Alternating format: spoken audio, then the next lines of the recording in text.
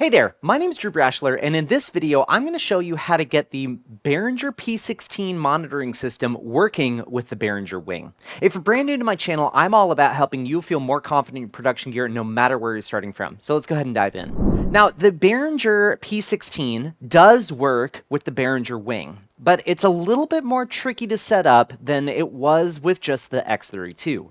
The Behringer X32 had an Ultranet routing page, and it allowed us to set those Ultranet, and it was already routed to our outputs that work with the stage boxes with Behringer and Midas. It's a little bit more tricky, but pretty simple to set up.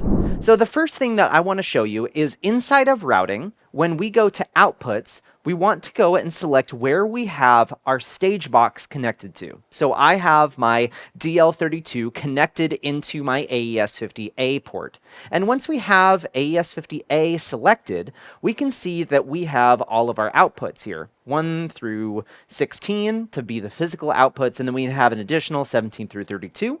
And then the Ultranet outputs for the P16, those appear on 33 through 48. So these are our 16 outputs that feed our P16s. So I have my P16 with a shielded Cat5 plugged into the Ultranet port on the back of the DL32. Because that port does not power these units, I did need to plug in my power supply to be able to power this P16. But we can see that we have 1 through 16 here, and I have nothing routed to them. So if I press play, I have nothing showing up on my P16. So what we need to do is we need to set our routing inside of the board to be able to feed these outputs. In fact, when we select our sources under the routing, we can go to our user signal, and this is a perfect place that we can send audio to and then be able to send those directly to the P16s.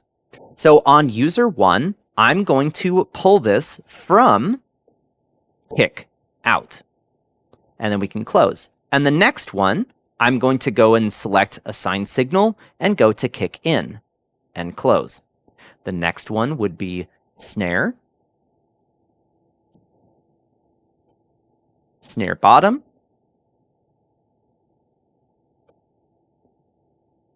tom 1, tom 2, floor tom, and then I'm going to put my overheads on 9 and 10. And because these are stereo, we will also want to set them as stereo. And that way the two channels will appear here. If we don't set this as stereo, it will be a mono sum of the two stereo signals. So it will take left and right, combine them, and send them down a mono signal. So with this routing, I will then need to send this to the outputs on AES50A. So we can go to my outputs. I have AES50A selected here. I'm going to assign my user signal on my source group. And then starting here on 33, I will then unlock and I can start routing. And if I hit the +1 auto, it'll automatically go to the next routing. So there's kick in, snare, snare bottom, tom 1, 2, 3, and then my overheads are going to be here.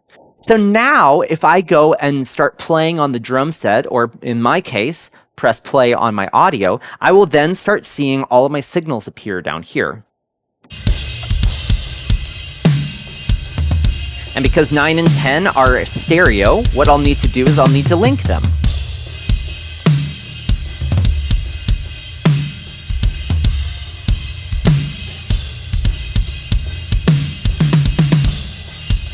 Now, one thing to mention about the routing of these signals, if I go back to my sources and I pull up user signal and select one of these channels, I can either choose to have it be post or tap. If this was set to post, if I turned my kick out up or down, that would be affecting the sends that are going to the P16. But in this case, we have it on tap. Now, what if I wanted to change the tap point that this is being pulled from? Well, we would want to go and select our kick out. We would then go to our last icon here, and then we can select our tap point from any of these spots. and that would affect all of the sends off of this channel as well as the user signal tap feeding this P16. Now, if we needed to have more than one P16, we can use the output and loop the devices, or we can simply get a P16D and have that distribution being from that device. The benefit of the P16D is it does power it over the Ethernet cable.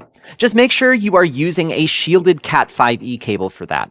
I hope this video is helpful for you today. The P16 system is great for being able to set up your monitors, and any of the channels that are available to us on the Behringer Wing can feed our Ultranet. So if you needed to send a mix bus and group multiple instruments together, you can do that. Or if you wanted to select your main left right and have that be on 15 and 16, you could also do that.